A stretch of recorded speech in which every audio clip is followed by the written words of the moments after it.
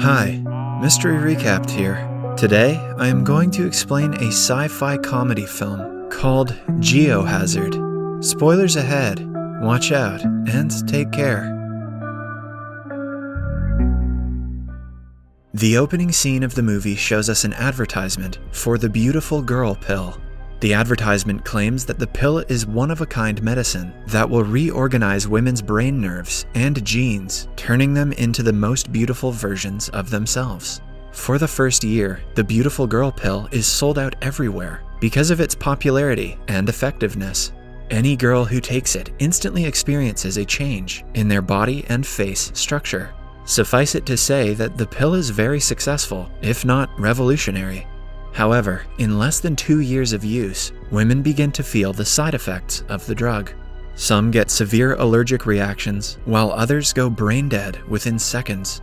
On inspection, it is found that the pill has directly affected most of the women's brains, making their frontal lobe smaller in size. Because of this, they show confusion and difficulty in doing the easiest tasks. In addition, they turn emotionally insatiable, and their sense of pain and pleasure vanishes. The effects of the drug on the human brain and their genes are far worse than what the scientists had expected while creating the pill. Soon, experts find out that the pill has given rise to a virus called the Beautiful Girl virus that is extremely contagious. The virus is airborne, but can only transfer through an infected person's kiss. Any woman infected by it turns into a zombie-like creature with an instinct to kiss every man in their way. But the worst part is that every man who gets kissed gets infected and entirely transforms into a woman. The protagonist of the movie is a young man named Kuo K. As the virus spreads rapidly throughout China, Kuo K and his friend discuss what they should do next. They receive a text from Kuo K's father and rush home to find a girl tied in the living room. The father says that the girl is Kuo K's brother, who has converted into a woman because of the virus. Kuo K doesn't believe it and tries to check the girl's body, but the father claims that he has already checked and confirmed that it is a girl. Creepy. The girl was trying to kiss the father, so he tied her to the chair. Kuo K's friend says that if the infected kisses them on any part of their body, the virus will spread. Suddenly, the father feels a sharp pain in his chest. They find out that Kuo K's brother has accidentally kissed the father on his arm. The father falls unconscious, but just when they think he is dead, he turns into a beautiful woman. The newly formed girl tries to kiss Kuo K, who is happy because all he ever wanted was a kiss from dad, and has to be restrained by his friend. The two accept the fact that Kuo K's family is dead, and the women sitting in front of them are zombies. Hence, they leave them alone and run outside. However, they are chased by an infected woman before they can get inside the car. They get to the streets, but it is too late as the virus has now spread beyond control. The streets are filled with women who kiss all men in their sight. They try to go to the police, but they have also been infected. Soon, their phone signals are cut off, and they cannot call anyone for help. The two get stuck on the side of the street, surrounded by women. Kuo K notices that the infected do not attack beautiful women, so he suggests they go to the nearest clothing store inside a mall and disguise themselves. But since they are surrounded, Kuo K's friend offers to distract the girls and sacrifice himself. He claims that there is no better way of dying than being kissed by multiple women. Kuo K's friend has a point. Moreover, he has never fallen in love, so this might be his only chance to ever get with someone. Kuo K's friend is depressing. Having said that, the guy jumps in plain view, attracting the infected ones. The girls kiss him as Kuo K runs away to the mall. Fortunately for him, the mall is completely empty, and so is the clothing store. He sits down on the couch to take a rest, and the time fast forwards to a year later. Kuo K still lives in the store, which is now trashed. The Beautiful Girl virus has taken over China, and according to the radio, the survivors have formed camps in different parts of the country. Kuo K, however, lives alone in the store. He dresses up in women's clothing and wears a wig to go out and collect food supplies every once in a while. During one of such ventures, he enters a car to check for supplies, only to find a woman in the back seat. Trying to save his life, he quickly runs away, but an infected woman follows him to the store. While he checks the supplies, she attacks him from behind, but Kuo K is saved by a stranger at the right time. The stranger has a girl with him, who surprisingly doesn't attack them. It turns out that she is infected by the virus, but her body hasn't mutated into a zombie, meaning that she is immune. The man introduces himself as Li Wei and the girl as Xiao Qi. Li Wei is a member of a survival camp and is on the search for survivors. On his journey, he found Xiao Qi and rescued her. Since she is the only woman in China who is immune, he is taking her to a place called the Tower, where a group of scientists has been trying to find a cure for the beautiful girl virus. Xiao Qi is an asset to humanity who can stop the pandemic. Li Wei invites Kuo Ke to the survivors' camp because it is way safer than staying at the mall. The three then go to the parking lot where Kuo Ke had parked his car a year ago. He tries to restart it as Li Wei guards them against the infected. Soon, the car starts, and they make their way to the survivors' camp. Unknown to them, a man dressed as a woman follows them on a bike. He is a spy from the rival camp that robs and steals the supplies from the other camps. When they get to the base, Li Wei makes Xiao Qi wear a device in her mouth so the men would feel safe around her. Even though she is immune, she still has the virus in her body, meaning that her kiss is deadly. When Kuo Ke is alone with Li Wei, he modifies the mouth device so she could open it by herself. Then, the duo meets the Investigation Corps, a group formed by the most courageous men who go into the city to collect supplies. Their leader is Li Wei, who is now dressed as a woman. They plan to take Xiao Qi to the tower and ask Kuo Ke to stay safely at the camp. Xiao Qi, along with the Investigation Corps, leave for a convenience store nearby to collect supplies for their journey. Back at the camp, Kuo Ke finds the rival spy giving information about Xiao Qi to his camp. He senses that Xiao Qi and the others are in danger and goes to save them.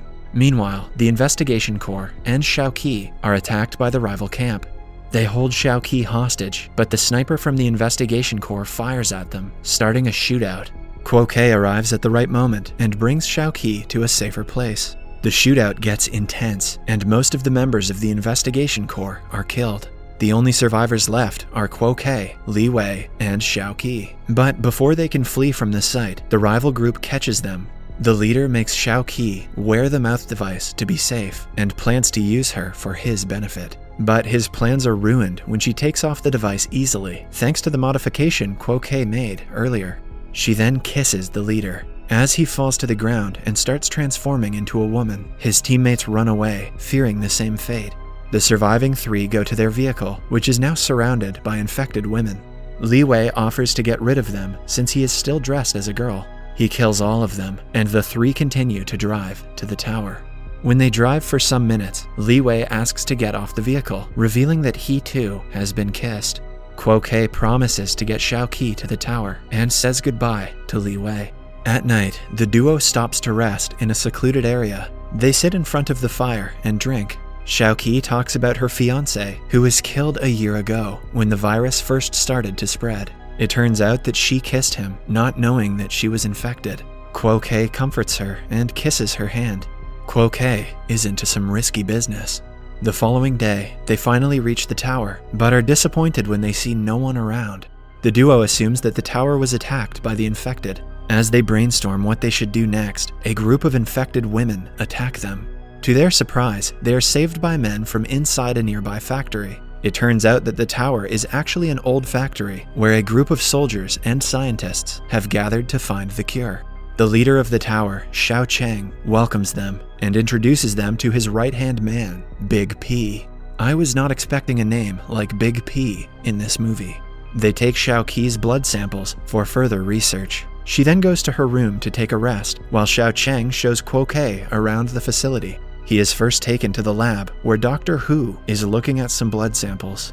Hu is an alcoholic who has a habit of forgetting things, but he is the best of the researchers they have. Then, Kuo Ke is taken to the part of the lab where the infected girls are being kept so the doctors can study them. But the most surprising part about the facility is the room where infants are kept.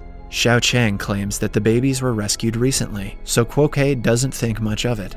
At night, everyone gathers for dinner. Dr. Hu gets hammered and reveals that to create an antidote, a chemical must be extracted from Xiao Qi's brain, and upon extraction, she will die instantly. Even after that, the antidote won't be enough to save humanity. Kuo Ke looks at Xiao Cheng in confusion and senses that he knows everything. He quickly pushes Xiao Cheng aside and runs away with Xiao Qi. Xiao Chang, Big P, and the other men follow them. Xiao Qi accidentally enters a room and finds non-infected women inside. It turns out that Xiao Qi isn't the only one who was infected by the virus, but before they can inquire further, Big P knocks Kuo Ke out. When he regains consciousness, he is told that the women who are immune to the virus are called the wisdom species. They have a rare chemical in their brains that will help them make the antidote. Xiao Chang plans to use them to study the virus and create a vaccine to end the pandemic. Although his motive is good, he plans to kill the women for something that isn't even guaranteed.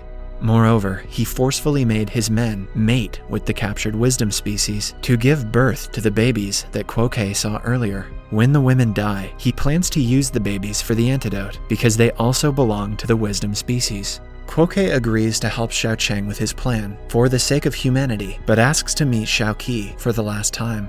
He meets her and tells her about his decision to help Xiao Chang. Xiao Qi looks at him in disappointment, but before leaving, Kuo Ke tells Xiao Chang to make the woman wear his mouth device when they are brought outside for surgery. Xiao Qi gets the hint and explains to all the girls how they can take off the mouth device on their own. The next day, the girls are made to wear pretty dresses and are brought to the operation room. They are also made to wear mouth devices that Kuo Ke has secretly modified. As the operation starts, they take the devices off and kiss all the doctors, infecting them. Meanwhile, Kuo Ke goes to the area where the infected women are kept and frees them so they can attack Xiao Chang's men. Their plan works, and the girls are finally free. They get their kids and run away from the factory, while Kuo Ke stays to announce the tower's truth to survivors around China through radio. He is soon attacked by Xiao Chang, and the two get into a fight.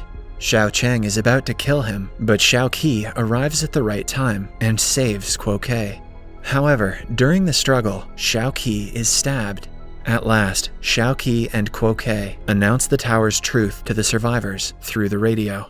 They know that there is no chance for Xiao Qi to survive the injury, but Kuo Ke refuses to let her die alone. At last, they join two wires, creating an explosion to blow up the facility and sacrificing themselves in the process.